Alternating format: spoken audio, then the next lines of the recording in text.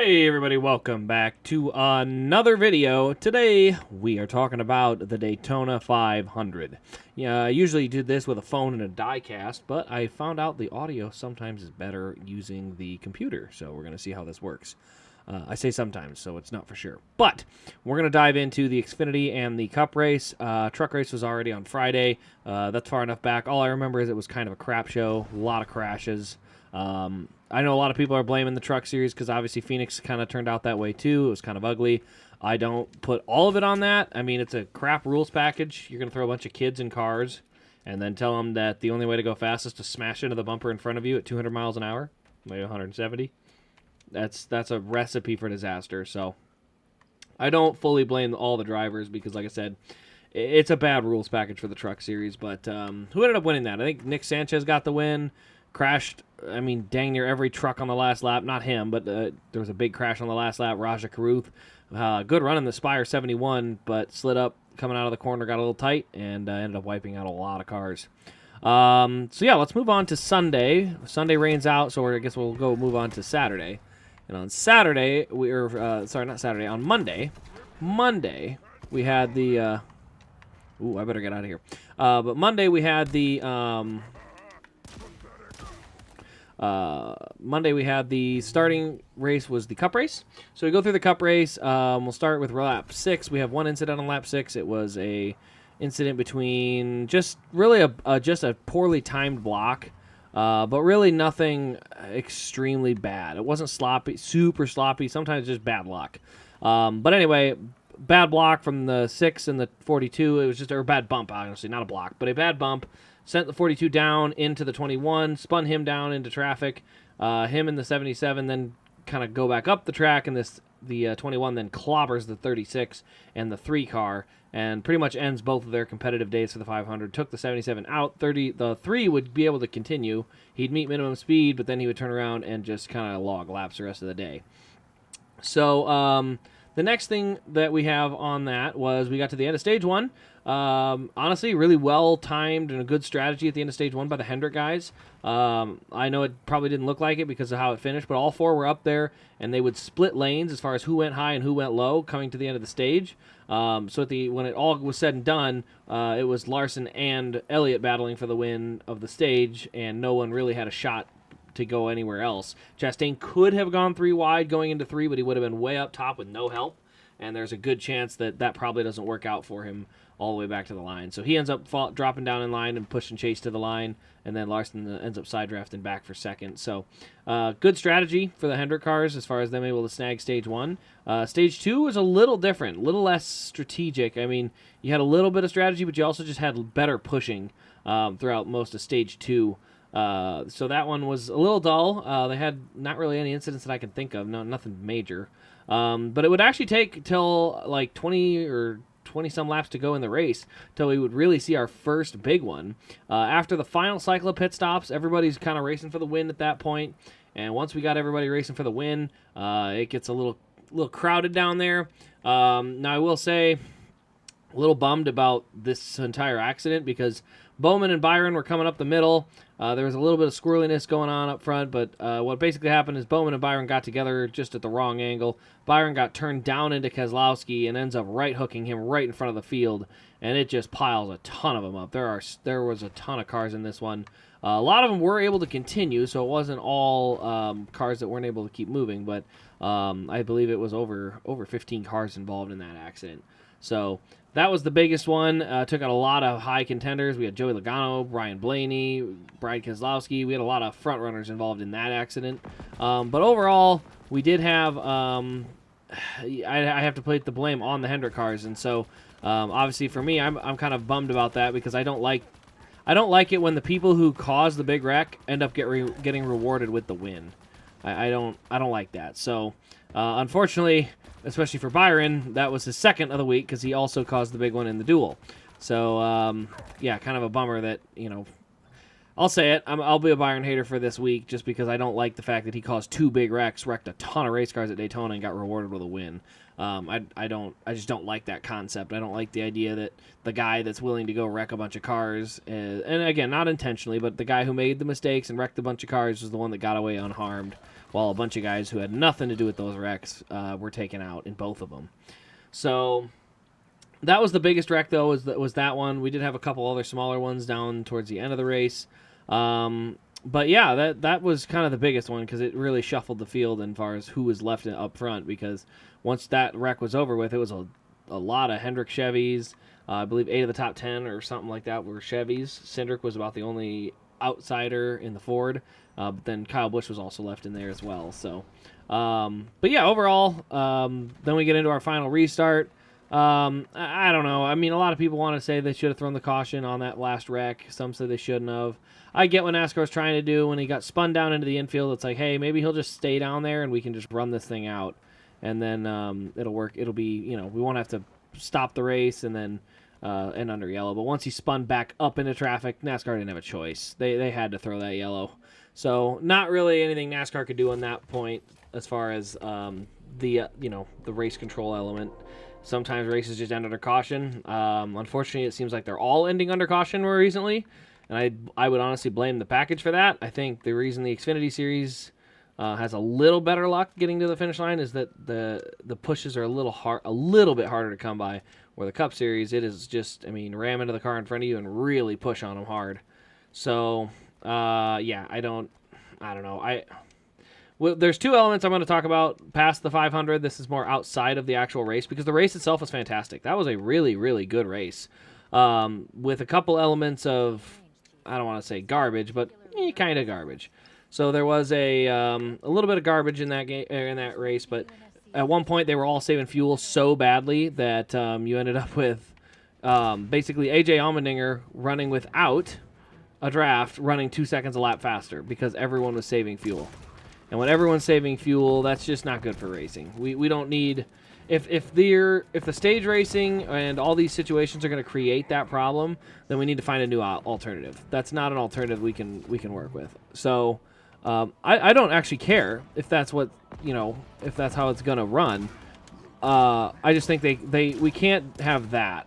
We need to have something a little bit better. So whatever it takes to get there, I'm game. I'm all on board for that. But yeah, definitely not something that definitely not something fun. The way that we literally got into the race and immediately everyone's trying to save fuel is not ideal. So yeah, between the saving fuel right off the bat, that's not an ideal thing to have. That needs to be looked at because yeah, at one point it just looks like, okay, if we're gonna run around saving fuel for like 80% of the race, what are we doing? And I will say this because I'm a fan of the Indy 500. Indy 500 is literally running into this exact same problem. And I don't know what they're supposed to do about it either.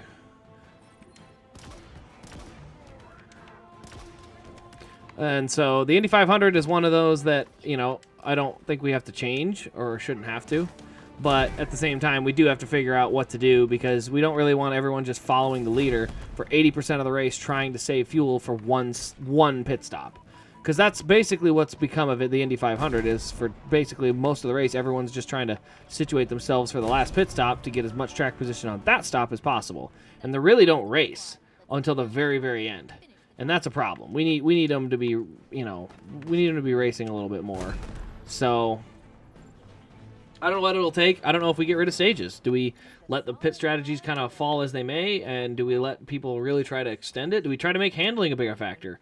So we get 5 to 10 car break race. I know people would go nuts. If you looked at how the 2004 Daytona 500 finished, everyone would go nuts. It was like 4 cars in a single file line, only 3 of them on the lead lap. Like that was it, just 4 cars running for the win. But that was the Daytona 500. That's what it came down to. You worked all day to put yourself in a position to try and win the race. And in that situation, there was only 4 guys that were going to get it done. And in that case, Dale Jr. got it done, but just, that was how it was done. You just put yourself in position. And then I'm okay with that. I can live with that being the way that you get yourself in position to win the race. So I would love for that element or aspect to be more common, but I don't think NASCAR is going to go for that because, like I said, there's kind of a mentality around restrictor plate racing, which is just loads of pack racing and crashes And if we don't have a lot of both, then we didn't have a good race, unfortunately, is the realm. So I'm personally, I love the idea of having a race that's kind of unique like that, where you do have kind of a breakaway, group of cars that all set themselves in a position to win. Atlanta has a chance to do that, but I do think at the same time, something that NASCAR and just what needs to be done in general around that area is we need to probably look at getting rid of stages. They add a little interest, but I think those pre-timed cautions create no pit strategy whatsoever.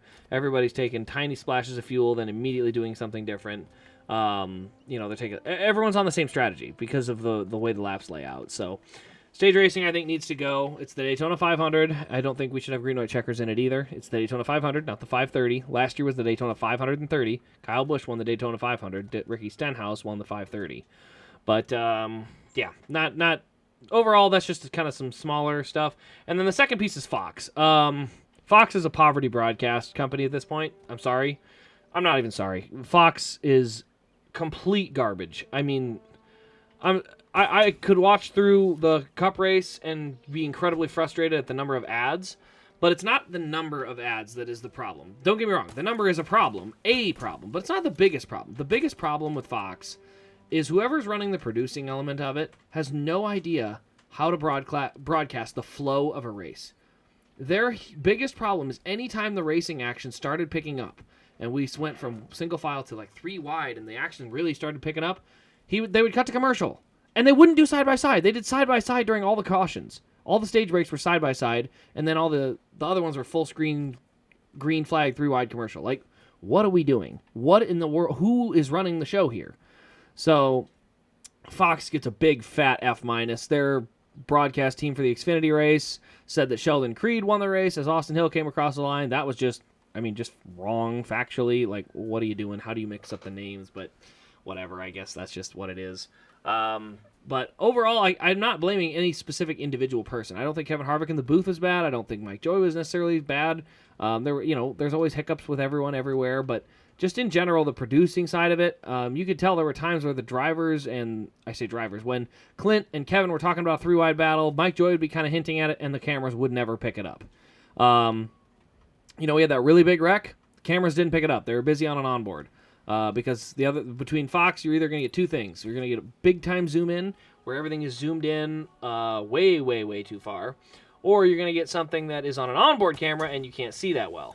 And unfortunately, they're both very common issues that we've kind of come across with Fox, and they don't seem to be getting better, learning from it and kind of going, oh, well, maybe we do this a little different next time. But no, we haven't seen anything like that. So, yeah, Fox was atrocious. I mean, the quantity of commercials was annoying and really, really bad.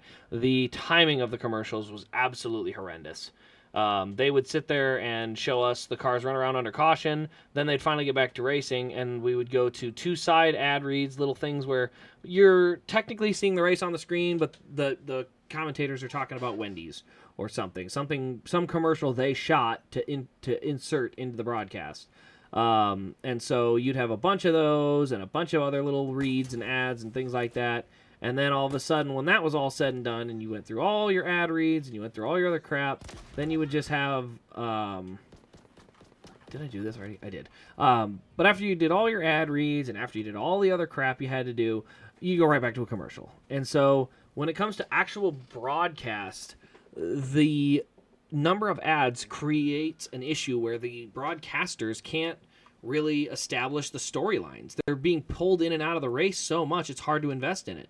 And I'll be honest, I was watching the Xfinity race later, and I was having trouble getting invested in the Xfinity race. I wanted to watch a good race, but there was so much start and stop with all the commercials. It was like I couldn't really get sucked into the race.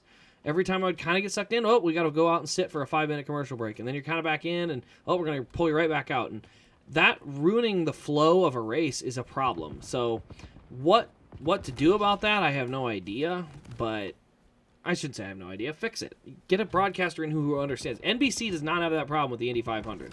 For anyone that's ever seen the Indy 500 broadcast, we know that is not an issue with Indy 500 broadcast. They always seem to have way more professionalism. They seem to really catch a lot, if not all, the storylines involved with the Indy 500 as they're unfolding. Multiple times today, you had to go to Twitter to find out something had happened. It was literally we go to commercial, and all of a sudden I look, and I think it was Jeff Gluck tweeted, there's a 3-wide battle for the lead. And I'm sitting there like, we just watched single file racing for 20 laps, go to a commercial, it's 3 wide for the lead, and we're just going to pretend it's not a big deal. And so, yeah, just infuriating that we, I don't know, let Fox just continue to act that dumb. So it'd be nice if we didn't have that issue, but unfortunately it's just not realistic.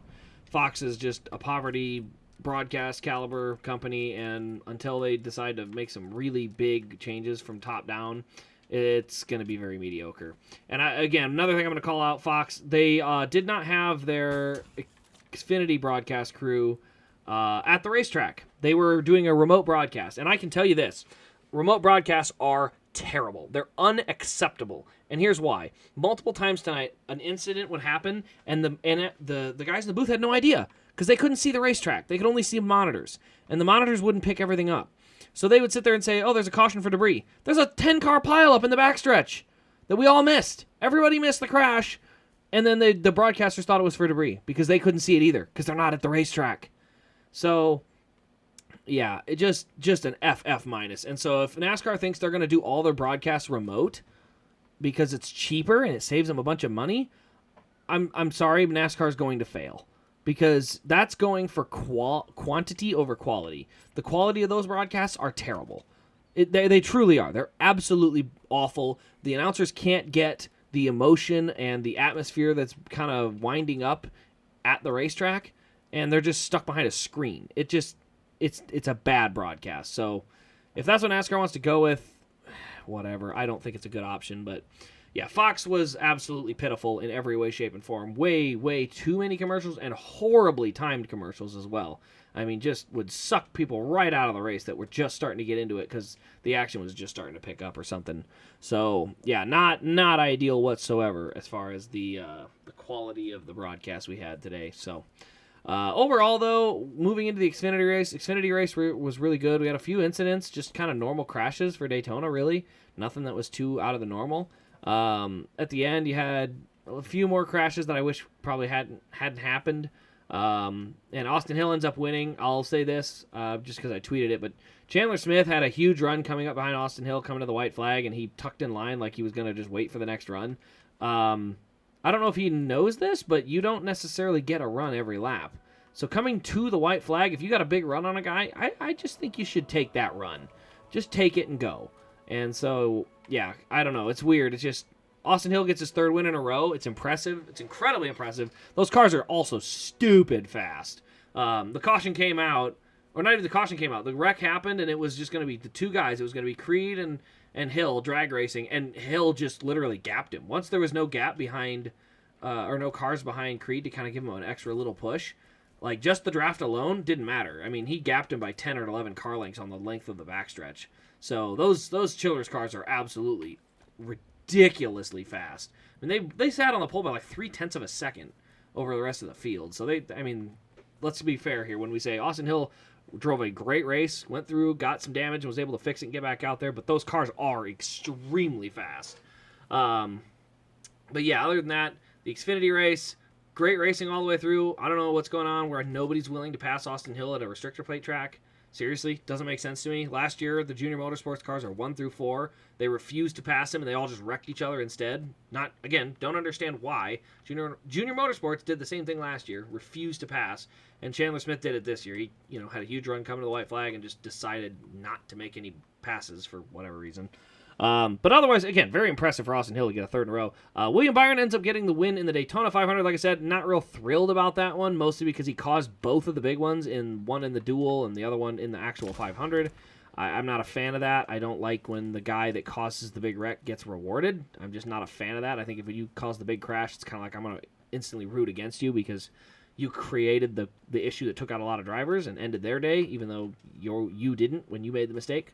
So, yeah, not a huge fan of that one necessarily. I know a lot of people wanted to talk about Bowman got screwed. No, the timing of it worked out about right. The lights are delayed a little bit. That's how it is. I know it's confusing because the lights and the caution are not at the same time. But, yeah, like I said, obviously I'm a Chase Elliott guy. I like Kyle Larson as well. But I'm kind of indifferent to Bowman. And then I'm really not a huge fan of Byron at all because, like I said, It's just one of those things where, you know, I don't know. He just kind of gets on my nerves. Like I said, he creates those crashes and didn't ever really apologize for them. Kind of just said that's just how racing works. I'm kind of like, I'm not a fan of that. When you make a mistake, that's okay, but own up to it. And instead, he caused 2 big crashes and got rewarded with a Daytona 500 trophy.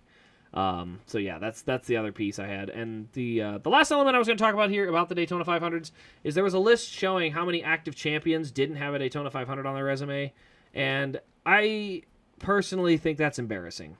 But that'll be a topic for another video. We're going to talk about the prestige of the Daytona 500 and the problems that it's currently facing with the crop of winners we've had over the last 5 to 10 years, and what it looks like going forward in terms of the prestige of that race and how seriously you can take the accomplishment of winning that race into consideration for things like Hall of Fame and how good were they in their career kind of thing. Like, there's discussions around that. So I'll have that conversation later. We're going to go talk about Indy 500, Daytona 500, all that kind of stuff. But that'll be a video for later in the week. So be sure to stay tuned to the channel. Other than that, guys, I hope you have enjoyed the Daytona 500 and the Xfinity race all on the same night. It's been a long one. It's 11:45 here. I'm getting ready to go to bed. So other than that, guys, thanks for watching. This has been Race Craze. We'll see you in the next diecast review.